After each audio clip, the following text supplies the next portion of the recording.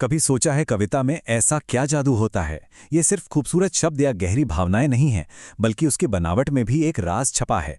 आज हम उसी राज को खोलने वाले हैं। हम बात करेंगे अलंकार की। ये वो कला है जो साधारण से शब्दों को एकदम असाधारण बना देती है, ठीक वैसे ही जैसे आभूषण किसी को संवारते हैं। देखिए, जैसा कि राइटर प्रियंवदा ने कहा है, सिर्फ प्रेरणा या इंस्पिरेशन से काम नहीं चलता। उसे एक ढांचे की जरूरत होती है, एक स्ट्रक्चर की। और अलंकार, पता है, ठीक यही काम करते हैं। इन्हें सिर्फ सजावट मत समझिए, ये वो शिल्प का ढांचा है जो क्रिएटिविटी को एक ठोस शक्ल देते हैं। ये कोई सख्त नियम नहीं है, बल्कि ये तो कला को गढ़ने के बहुत पावरफुल टूल्स हैं। अच्छा, अलंकार शब्द को ही देखिए, इसका मतलब बड़ा मजेदार है। ये बना है अलम और कार से। अलम का मतलब होता है आभूषण और कार मतलब करने वाला। तो सीधे सीधे कहें तो जैसे गहने किसी इंसान की खूबसूरती बढ़ाते हैं, ठीक वैसे ही अलंकार हमारी भाषा को सजाते संवारते हैं। इनके इस्तेमाल से शब्द सिर्फ जानकारी नहीं देते, बल्कि एक पूरा अनुभव बन जाते हैं। तो अलंकारों को मोटे तौर पर दो हिस्सों में बांटा जा सकता है। पहले होते हैं शब्द अलंकार। जैसा नाम से ही जाहिर है, इनका पूरा फोकस शब्दों की आवाज, उनकी ध्वनि पर होता है। और दूसरे हैं अर्थ अलंकार। ये शब्दों के मतलब में, उनके अर्थ में गहराई लाते हैं। चलिए अब एक एक करके इन दोनों को जरा और करीब से समझते हैं। तो आगे हम क्या क्या देखने वाले हैं? सबसे पहले समझेंगे कि ये अलंकार कवियों के लिए एक ढांचा कैसे बनते हैं।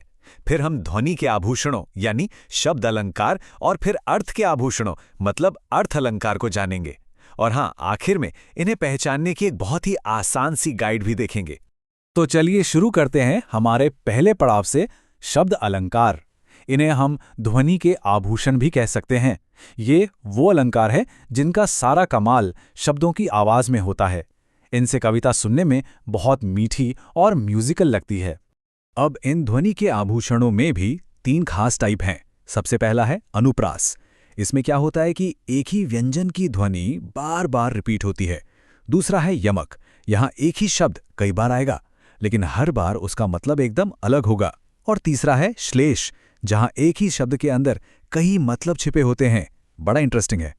अनुप्रास का एक बहुत ही क्लासिक एग्जाम्पल है चारू चंद्र की चंचल किरणें। ध्यान से सुनिए, च छ छ। ये जो च की आवाज बार बार आ रही है ना, यही एक म्यूजिकल रिदम बना रही है। बस यही है ध्वनि का जादू, जो पोएट्री में जान डाल देता है। अब यमक अलंकार का एक कमाल का उदाहरण देखते हैं।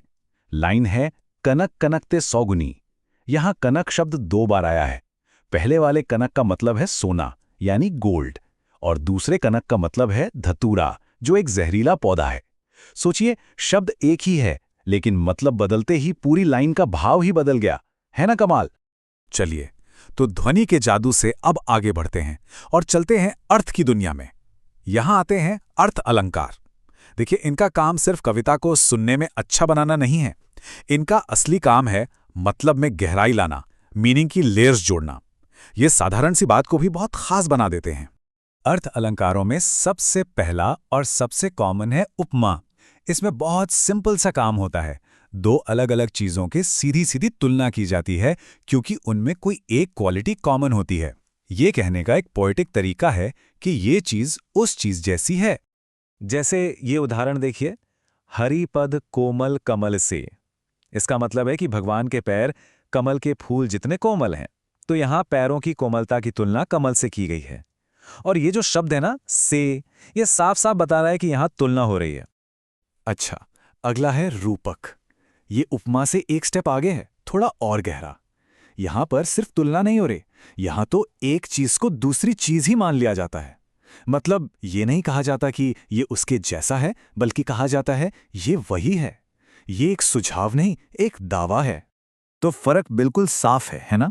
उपमा एक सुझाव है, मुख चंद्रमा सा है, लेकिन रूपक एक दावा है, मुख चंद्रमा है। इसका एक बहुत ही प्यारा उदाहरण है जब बालक कृष्ण कहते हैं, मैया मैं तो चंद्र खिलौना ले हूं। वो ये नहीं कह रहे कि मुझे चांद जैसा खिलौना चाहिए, नहीं, वो कह रहे हैं कि मुझे खिलौने के रूप में चांद ही चाहिए। देखिए कि कितना गहरा कनेक्शन बनाता है। अब बात करते हैं मानवीकरण की। जैसा कि नाम से ही पता चल रहा है, मानव बनाना। ये एक बहुत ही खूबसूरत अलंकार है। इसमें क्या करते हैं कि बेजान चीजों को या आइडियाज को इंसानों वाले गुण दे देते हैं। ऐसा दिखाया जाता है जैसे वो भी महसूस कर सकते हैं या कुछ काम कर सकते हैं। इससे कविता में एक ड्रामा आ जाता है। इसका एक बहुत ही जिंदा दिल सा उदाहरण है फूल हंसे कलियां मुस्काएं। अब हम सब जानते हैं कि असल में तो फूल हंसते नहीं हैं, पर ये लाइन पढ़ते ही आंखों के सामने एक तस्वीर बन जाती है ना? ऐसा लगता है जैसे पूरी की पूरी प्रकृति खुशी से झूम रही है। बस यही तो है मानवीकरण का कमाल। इसके बाद आता है अतिशयोक्ति। अरे इसका सीधा सा मतलब है किसी बात को बहुत ज्यादा बढ़ा चढ़ाकर कहना, एग्जैजरेशन। कविता में इसका इस्तेमाल अक्सर किसी नॉर्मल सी चीज को एकदम जबरदस्त दिखाने के लिए या अपनी बात में वजन डालने के लिए किया जाता है। चेतक घोड़े वाला ये मशहूर उदाहरण तो शायद सबने सुना होगा। आगे नदियां पड़ी अपार, घोड़ा कैसे उतरे पार, राणा ने सोचा इस पार, तब तक चेतक था उस पार। मतलब राणा प्रताप सोच ही रहे थे कि नदी कैसे पार करें और उनका घोड़ा चेतक तो दूसरी तरफ पहुंच भी गया। अब ये उसकी स्पीड और वफादारी को दिखाने के लिए एक जबरदस्त अतिशयोक्ति है। तो ठीक है, हमने ये अलंकार समझ तो लिए, पर असली सवाल तो ये है कि इन्हें पहचाने कैसे, है ना? तो चलिए अब कुछ ऐसी ब्रह्मास्त्र ट्रिक्स देखते हैं जो इन्हें पहचानना बिल्कुल बच्चों का खेल बना देंगी। तो सबसे पहला सवाल, किसी भी लाइन में उपमा अलंकार को सेकंडों में कैसे पकड़ें? इसका एक बहुत ही आसान तरीका है। बस इन शब्दों पर नजर रखनी है, सा, सी, से, सम या सरिस। अगर किसी लाइन में इनमें से कोई भी एक शब्द दिख जाए तो समझ जाइए 90% चांस है कि वहां उपमा अलंकार ही है। ये एक पक्का वाला हिंट है। ठीक है, उपमा तो अब आसान हो गया, पर रूपक का क्या? उसे पहचानने की कोई ट्रिक है? जी हाँ, बिल्कुल है। रूपक को पहचानने के लिए अक्सर दो शब्दों के बीच में एक छोटा सा डैश लगा होता है, जैसे चरण कमल में। लेकिन यहाँ एक बात का ध्यान रखना जरूरी है, इसके साथ सा, सी, से जैसे तुलना वाले शब्द नहीं होने चाहिए। अगर डैश है पर वो तुलना वाले शब्द गायब हैं तो बस वो रूपक है। तो आखिर में बात यही है कि अलंकार सिर्फ ग्रामर के रूल्स नहीं हैं, ये तो भाषा के वो गहने हैं जो उसे जिंदा, मीनिंगफुल और यादगार बनाते हैं। अब अगली बार जब कोई कविता पढ़े या कोई गाना सुने तो सिर्फ उसके शब्दों पर ही नहीं, बल्कि उसमें छिपे इन खूबसूरत गहनों को भी ढूंढने की कोशिश करें। फिर देखिए, भाषा में एक बिल्कुल नई खूबसूरती नजर आएगी।